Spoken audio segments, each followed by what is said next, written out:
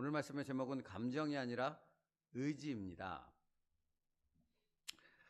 우리의 삶에서는 여러 가지 상황들이 일어납니다.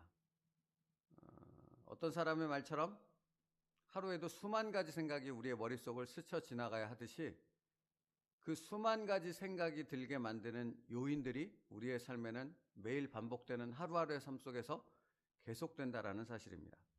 그런데 이런 상황들 속에서 우리가 훈련해야 될 아주 중요한 것이 있다라고 오늘 말씀하시는 거예요. 나의 삶에 일어나는 모든 상황을 사람이 아닌 하나님께, 내 감정과 판단이 아닌 말씀 앞에서 온전히 씨름해야 한다라는 것입니다. 그 모든 상황을 허락하신 하나님의 뜻이 거기에 있다라는 거예요. 그러니까 이것은 다른 어떤 것의 문제가 아니라 믿음의 문제입니다. 이것이 믿음의 문제라고요. 말씀을 믿느냐 안 믿느냐, 말씀을 암송했느냐 그 말대로 지키느냐 안 지키느냐, 이것도 믿음의 문제지만 사실은 보다 더 중요한 믿음의 문제는 내 삶 속에서 일어나는 모든 상황, 모든 생각, 모든 것들에 대한 부분을, 제가 모든이라는 단어를 지금 계속 쓰고 있습니다. 그것을 누구에게로? 하나님께로 갖고 갈 수 있느냐. 내가 하고 싶은 대로, 내가 원하는 대로, 내 생각대로, 내 판단대로가 아니라 그것을 내려놓고 하나님께 그것을 의탁하여 줘서 하나님께서 원하시는 뜻, 하나님께서 이것을 내게 허락하신 이 갈등과 이 복잡한 상황과 이 문제와 이 어려움을 내게 허락하신 그 하나님의 뜻이 뭔가를 찾고 그것을 붙잡아 믿음으로 그것을 아멘으로 받고 순종할 수 있느냐 하는 싸움이라고요. 그래서 이 싸움 자체가 우리에게 뭐가 되어질 것 같습니까? 예배가 되어지는 겁니다. 하나님이 기뻐 받으시는 삶의 예배. 그러니까 거룩한 산제사라는 것은 단순히 이념적인 부분을 얘기하는 게 아니라 실제적으로 우리의 삶 가운데 모든 상황들, 모든 일들을, 모든 생각들을 하나님께로 가져갈 수 있는가? 그게 거룩한 삶의 제사라고요. 그러므로 사실 예배당에서 드리는 예배는 시작일 뿐 가장 중요한 예배는 삶의 예배라고 할 수 있는 것입니다. 정말 자신의 삶의 모든 것을 하나님께 전적으로 의탁할 수 있는가? 이 믿음의 순종이 내게 있는가? 나는 말로만 그것을 말하는 자, 입으로만 말하는 자가 아니라 정말로 내 삶 가운데서 결정적인 그 순간에 나는 할 수 없어, 나는 죽을 수 없어, 나는 절대 이것을 할 수 없어 라고 고백되어지는 그 마음이 내 마음에 가득한 그 순간에 그것을 갖고 제물이 되어져서 하나님의 제단 앞에 나를 내려놓을 수 있는가. 그러니까 여러분, 레위기에서 제물을 드리는 사람이 반드시 해야 되는 것은 그 머리에 제물 위에 안수를 하죠. 그죠? 그리고 그 제물을, 그게 소가 됐던 양이 됐던 뭐가 됐던 그 제물을 목을 따고 번제를 드릴 때 배를 갈라서 내장을 꺼내고 그것을 피를 씻어내고 그 모든 작업을 하는 건 제사장이라 그랬어요? 제물을 드리는 본인이라 그랬어요? 제물을 드리는 본인이라고요. 그러니까 그의 모든 그 삶의 그 모든 것들을 하나님께 가져간다는 의미가 바로 그것을 의미하는 거라고요. 제물을 씻으면서, 배를 가르면서, 목을 따면서, 피를 씻어내면서 그가 무엇을 생각하겠습니까? 하나님 앞에서 자기의 삶, 자기의 그 모든 부분들을 하나님 앞에 내려놓는 씨름의 과정이 되어지는 거죠. 그게 곧 하나님이 기뻐 받으시는 제사라고요. 그러니까 여러분, 뭔가의 문제에 봉착했고 뭔가 내가 할 수 없는 어떤 부분의 상황을 만났을 그때가 뭐 할 때입니까? 주님을 내 안으로 모셔드릴 때라는 겁니다. 여기 내 삶의 주인의 자리를 정말로 주님께 내어드렸음을 확증하는 순간이 되어지는 거라고요. 그러니까 그건 고난이 아닌 거죠. 고난이 내게 유익이 되는 거죠. 그래서 챔버스 목사님이 이런 말을 해요. 힘과 뜻을 다해 무조건 모든 것을 다 내려놓았던 위기를 지난 적이 있습니까? 하나님은 위기를 허락하신다고요.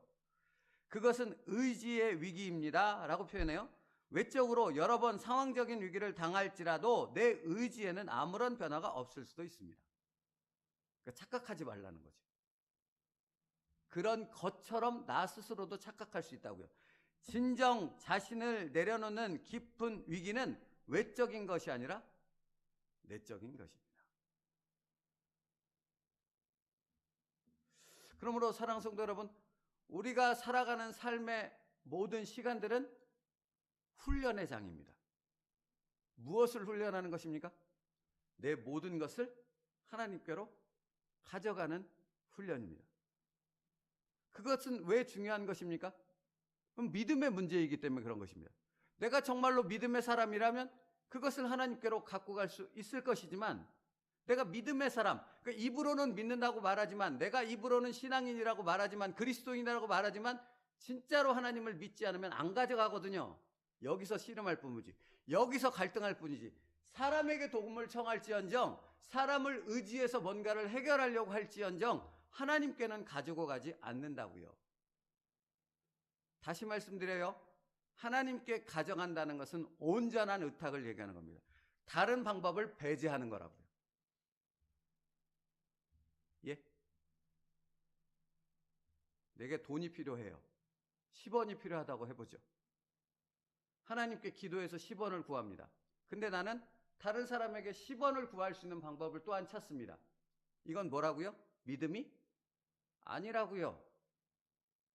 이건 하나님과 방법을 놓고 거래하고 하나님을 수단으로 이용하는 것밖에 되어지지 않는다고요. 진정한 믿음은 뭐라고요? 다른 걸 다 잘라내고 온전히 하나님께만 내 인생을 의탁하는 것. 그게 믿음이라고 성경은 말하고 있다고요. 그리고 우리의 삶을 통해 하나님은 우리를 그 진정한 믿음의 사람으로 바꾸어 가신다고요. 그래서 상황이 아닌 하나님께 집중해야 되는 법을 배우는 우리의 삶의 훈련 속에서 우리가 지켜야 될 규칙이 몇 가지가 있습니다. 첫째, 사람이 아닌 하나님께 무릎을 꿇어야 합니다. 언제나 그렇습니다. 언제나 그렇다고요. 더더욱 그래야 될 것은 내 능력으로, 내 힘으로 할 수 없는 상황을 부딪혔을 때 당연히 그렇지 않습니까? 하나님께밖에는 방법이 없잖아요. 근데 안 그래요. 안 그런다고. 근데 오늘 말씀하십니다. 바로 그때가 온전히 하나님만을 신뢰하며 그분께 내 모든 것을 의탁할 수 있는 기회라고. 두 번째, 감정이 소용돌이시죠. 그러니까 그런 상황들을 만나면, 그죠? 감정이 소용돌이칠 때 내 감정 속에서 뭔가 하나님을 대적하고 하나님을 벗어난 어떤 것들의 유혹들이 가득하게 되어졌을 그때, 분별이라는 단어를 생각해야 될 그때가 뭐 할 때요? 말씀만을 붙잡을 때라고요. 말씀만을 붙잡을 때라고요. 세 번째, 그 과정들을 통해서 주권을 누구에게 드려요? 내 인생의 주권을, 삶의 주권을, 내 가정의 주권을, 내가 선택할 수 있는 주권을, 내가 주장할 수 있는 주권을 누구의 것이라고 고백한다고요? 하나님의 것. 이것은 창세 전부터 이미 하나님의 것이었습니다. 내게 이것을 잠시 위탁했을 뿐입니다. 그러니까 우리 마음 가운데 언제나 우리 마음 중심에는 뭐가 있어야 됩니까? 선악과가 있어야 된다고요. 그것을 기억하게 하기 위해서. 그러니까 선악과는 여기 여전히 있음을 기억하십시오. 그것을 통해 죄를 짓게 되는 유혹이 아니라 그것을 통해 모든 주권이 하나님께로부터 왔고, 그러므로 나는 나의 일상의 모든 삶 속에서 그 주권을 하나님께로 돌려드리는 삶을 훈련해야만 한다라는 것입니다. 그러므로 진정한 내적인 변화는 내가 너를 지명하여 불렀나니 너는 내 것이라 하는 말씀을 내 삶 속에서 신뢰할 때 진정한 변화는 시작되는 것입니다. 잠언 말씀이 하나 떠올랐어요. 딱 말씀 준비하는데, 너의 행사를 여호와께 맡기라. 그리하면 내가 경영하는 것이 이루어지리라. 근데 말씀 준비해서 이걸 찾았더니 여기서 너의 행사를 여호와께 맡기라 해서 맡기라라는 의미가 히브리어로 갈라라는 단어인데, 돌을 굴려버리다라는 뜻이래요. 그러니까 이 말은 그냥 이 평지에서 돌을 굴린다라는 말이 아니라 높은 데서 아래로 돌을 굴린다고요. 이게 의미하는 바가 뭔지 아시겠어요? 이 돌을 위에서 굴렸을 때 위에서 굴린 이 돌은 이제 나와 상관이 있어요, 없어요? 군대에서 재밌는 얘기가 하나 떠올랐습니다. 충청도 사투리인가? 충청도 사투리를 사용하는 고참이 위에서 이렇게 작업하다가 신병이 작업하다가 밑에 고참들이 작업하고 있는데 이렇게 실수로 돌을 굴렸어요. 떨어지는 거죠. 다칠 수 있는 거잖아요. 떨어져서 이미 다쳤는데 그 다음에 돌 굴러가요 그랬대요. 옛날에 우스갯소리라서. 그러니까 제가 설명하고 싶은 바는 위에서 돌을 아래로 내려놨을 때 그 돌은 굴러가죠. 이미 그건 내 손을 떠났죠. 그게 맡기라라는 의미라고요. 너의 행사를 여호와께 맡기라. 내 손에서 떠났다고요. 그건 하나님께 있다고요. 그리하면 너의 행사를 여호와께서 지도하시리라. 그렇게 될 수 있다고요, 믿음은. 그러니까 너의 행사를 여호와께 맡기라. 그리하면 내가 경영하는 것이 이루어지리라. 그러므로 내가 경영하는 것이 이루어지리라는 말씀도 해석이 달라야 돼요. 하나님 순종합니다 하고 순종합니다. 하나님께 순종하면 내 뜻대로 모든 일이 이루어집니까? 여러분 교회에서 이 말 얼마나 많이 들으셨어요? 제가 아주 귀에 못이 박히도록 들었습니다. 사역하면서. 너의 순종해, 하나님께 순종해, 말씀대로 살아. 그러면 네 뜻대로 모든 것이 이루어져. 이렇게 부흥회 때 설교하는 목사님의 수많은 얘기들을 들었습니다. 근데 제가 이 머릿속에 지진이 났던 것은 뭐냐면 순종했는데 내 뜻대로 안 되더라고요. 저는 그렇더라고요. 무슨 말이야 그게? 여기서 내 경영하는 것이 이루어지리라. 이 말씀은 내 뜻대로 이루어지는 것이 아니라 내 삶 가운데 하나님의 뜻이 이루어지므로 내 뜻이 하나님과 일치되게 되어지는, 하나님의 뜻 앞에 내 뜻을 내려놓게 되어지는 진정한 믿음의 복을 누리게 되어진다라는 의미라고요. 그게 내 경영이 이루어지리라라는 말씀이라고요. 그리고 그게 그리스도인이라면 반드시 경험해야 되는 삶의 변화라고요. 그러니까 돌 굴러가요.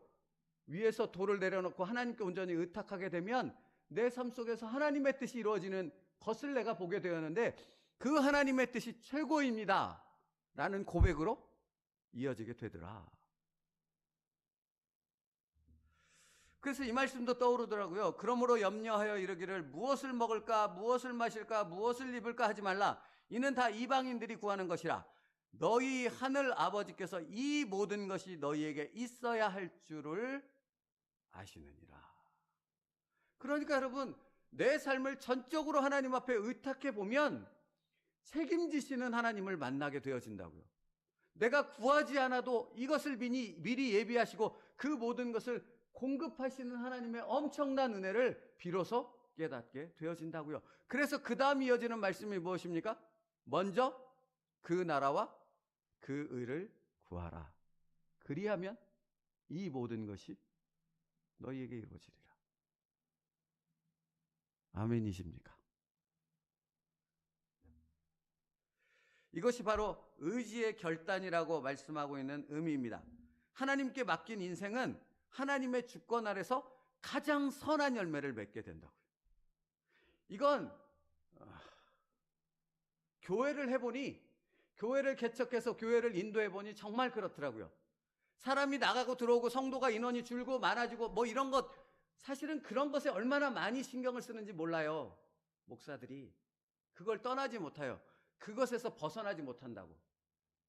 근데 그 모든 것들을 내려놓고 그냥 하나님의 주권 아래 온전히 의탁하고 하나님의 뜻만을 이루는 것으로 맡겨놓으면 그때 하나님은 가장 선한 열매를 맺게 하시더라. 영혼을 살리시더라. 그죠? 여러분의 인생도 똑같다고요. 뭐에게 매달리지 말라고요. 신앙인 것처럼 믿음인 것처럼 포장된 것, 그런 것에 휘둘리지 말고 정말로 하나님 앞에 온전히 의탁한다는 것이 무엇인지를 믿음 안에서 결단하시고 그걸 의지적으로 순종하여 하나님 앞에 온전히 맡기시라고요. 그때 하나님의 선한 열매가, 성령의 열매가 맺어지는 것을 바로 내 삶 속에서 경험하게 되어진다고요. 이 은혜를 누릴 수 있는 믿음의 복을 받은 자들 되어지길 축복합니다. 그래서 챔버스 목사님이 분별에 대한 말씀을 하세요. 심지어 외적인 것을 내려놓는 것은 내적으로 철저하게 뭔가에 얽매여 있는 조짐일 수 있습니다 라는 말을 해요. 그러니까 외적으로 뭔가를 순종하는데 내려놓는 것처럼 보이는 부분이 있을 때 우리는 말씀 안에서 분별해야 된다고. 정말로 내적으로 하나님께서 원하시는 것을 내가 내려놓고 있는가, 하나님과 내 초점이 맞춰져 있는가, 이걸 분별해야 된다고요. 그 다음에 이렇게 말해요. 마음을 다해 당신의 의지를 예수 그리스도께 드린 적이 있습니까? 이는 감정이 아닌 의지의 문제입니다. 오늘 제목이 의지의 문제라고 말하잖아요. 그러니까 이 의지의 문제라는 것은 내가 나로부터 시작된 어떤 생각의 발로로 인해서 내 의지를 작용해야 된다, 이 말이 아니고, 내가 생각하고 있는 것을 하나님께 온전히 의탁함을 통해, 내가 하고자 하는 것을 하나님께 온전히 의탁함을 통해 하나님께 깨달은 그 부분을 붙잡고 온전히 하나님과 관계 맺음을 통해 하나님의 뜻을 이루는 대로 나를 도구로 내어 드린다는 것을 의미한다고. 그래서 챔버스 목사님이 결론 부분에 뭐라고 말하냐면, 만일 풍파 가운데 예수 그리스도의 음성을 들었다면 당신의 주관적인 확신이나 논리는 바람에 날려보내고 오직 주님과의 관계만을 유지하십시오라고 말해요. 그러니까 거기에 초점은 주님과의 관계에 있다고요. 주님과의 관계에 있다는 말은 무엇입니까? 주님의 창세전에 세우신 그 뜻을 내 뜻으로 받아 나는 그 오묘하고 신비로운 하나님의 말씀을 따라 나를 순종의 도구로 내어 드린다는 것입니다. 온전히. 그것이 우리의 삶 속에서 이루어져야 할 훈련이라는 것입니다.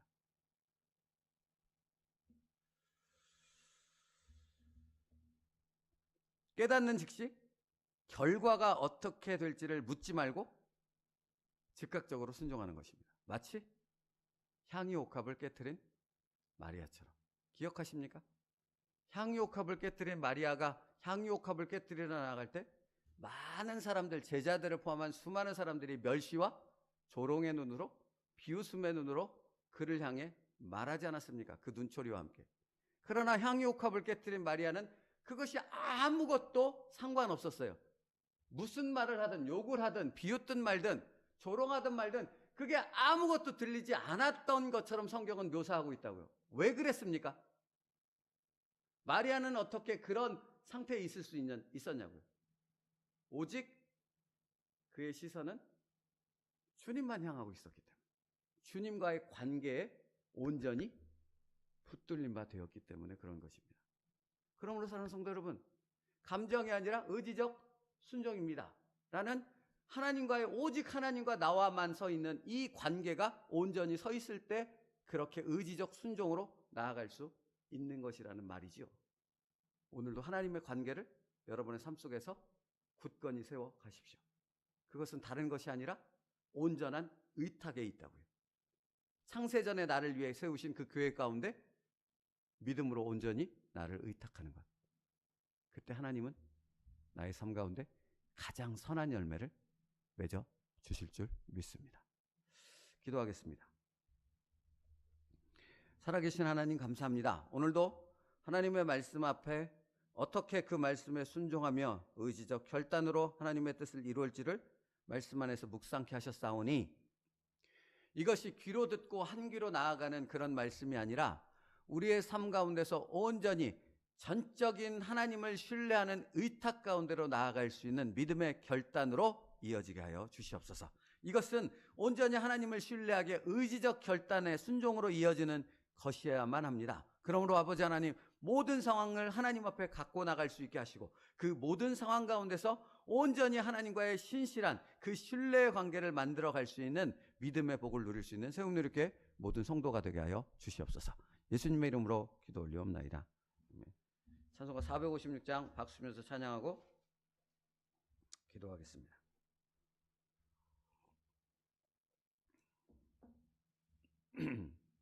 오늘 본문 말씀 약간 설명드려야 되는데 그거 안에서 마저 말씀드릴게요.